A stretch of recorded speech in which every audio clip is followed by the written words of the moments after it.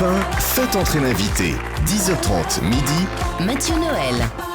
Alors, cher Mathieu, vous êtes donc aux côtés de Julie, vous n'êtes pas là physiquement Je avec suis là, nous, Michel, je mais suis là. Vous nous parlez depuis Paris, c'est très moderne. Il paraît que vous nous suivez très attentivement.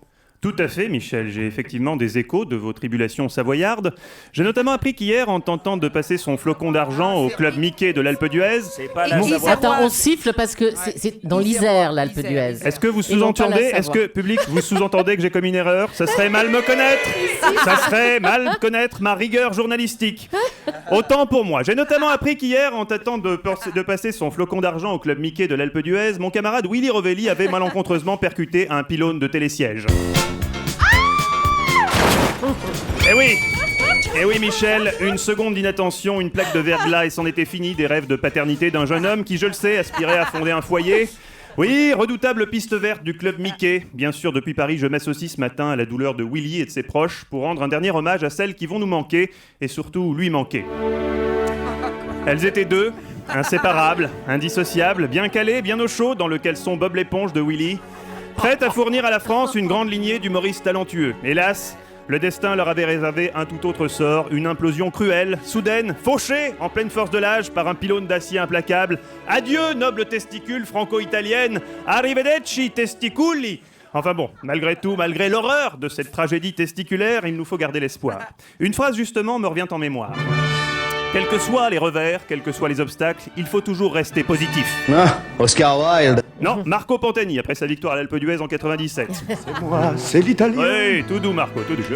Bref, vous l'avez compris, je ne suis pas là, mais je veille au grain. Je suis en contact permanent avec les infirmières qui s'occupent de Michel Drucker, les infirmières et les infirmiers, puisque je sais qu'hier soir, c'est mon confrère Jérôme Commandeur qui s'est occupé des soins de Michel. Il a aidé à se mettre au lit, il s'est assuré qu'il n'avait besoin de rien. Je te fais une petite pipe, Michel. Oui, Jérôme est un garçon zélé qui sait pertinemment qu'il n'est pas de carrière réussie sans quelques concessions. Mais ce matin, au-delà des cas Rovelli, Commandeur et Drucker, c'est un hommage plus global que j'aimerais rendre à Dame Nature. Elle est belle, son relief fait rêver, ses sommets font fantasmer tous les amoureux d'escalade, elle est ouverte à tous et offre des possibilités de glisse infinies, c'est bien sûr... Faustine Bollard. Non, Michel, non. Mais non, c'est la montagne, enfin, bien sûr, Jérôme. Plus de pilules bleues pour Michel, hein, Camille, style Nox et Oli. La montagne, évidemment, merveilleuse montagne. Et justement, à quelques jours des vacances de février, je voulais vous soumettre un nouveau slogan publicitaire plus efficace que le mollasson. La montagne, ça vous gagne. Oui, je propose de remplacer ce slogan complètement con par un slogan beaucoup plus accrocheur. Que pensez-vous de... Si vous n'aimez pas la montagne, allez vous faire foutre. Pas mal, non? Plus percutant. Alors là, évidemment, Manu Payet et Clovis Cornillac se disent... J'avais vu un con pareil. Non, les gars, vous vous dites, le bougre a un sacré sens de la formule, j'espère qu'il va aussi faire de la publicité de notre film. Eh bien oui, messieurs, rassurez-vous, j'y viens. Quel beau film. Radio Star, l'histoire, je cite, d'une bande d'animateurs radio parisiens et arrogants qui, suite à une chute des audiences, se retrouvent contraints de sillonner la France pour rencontrer et reconquérir les auditeurs. Voilà, alors évidemment, Denis Oliven a intenté un procès pour plagiat, normal, hein, le parallèle est quand même un peu gros, les gars. Même si dans le film, la radio est rebaptisée Blast FM, on reconnaît bien Europe 1, ça ne trompe personne. Partir sur le terrain pour reconquérir les auditeurs, c'est ce qu'Europe 1 fait depuis 3 ans. 3 ans qu'on sillonne les routes de France dans le bus Europe 1. Oui, pour des raisons de restrictions budgétaires, c'est Jean-Luc Petit-Renaud qui conduit le bus, assisté d'un copilote à la vigilance légendaire, Laurent Cabrol.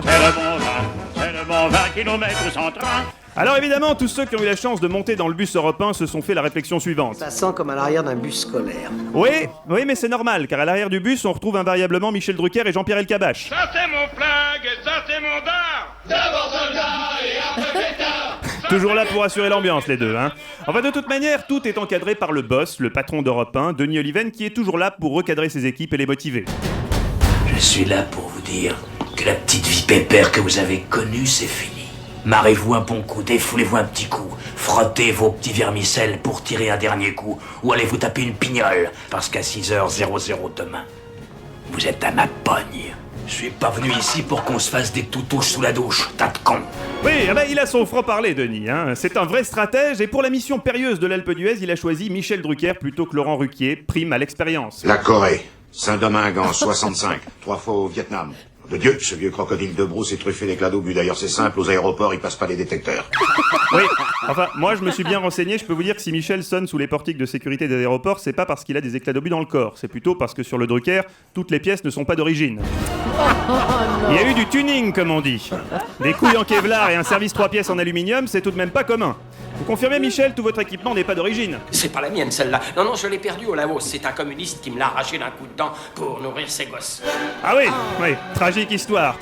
Mais enfin, Michel n'a pas perdu au change, hein. Un chibre en carbone, ça vous change la vie. Et pour épater les filles, alors là, je vous dis pas, il paraît d'ailleurs qu'hier soir, dans les salons du Pic Blanc, Michel a fait un petit showcase privé pour les clientes de l'hôtel.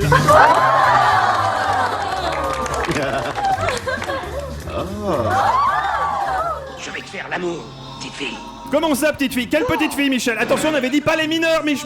Allez hop dans le bus, vite, avant que les flics débarquent. Je crois que ça va encore nous coûter cher en avocat, cette histoire.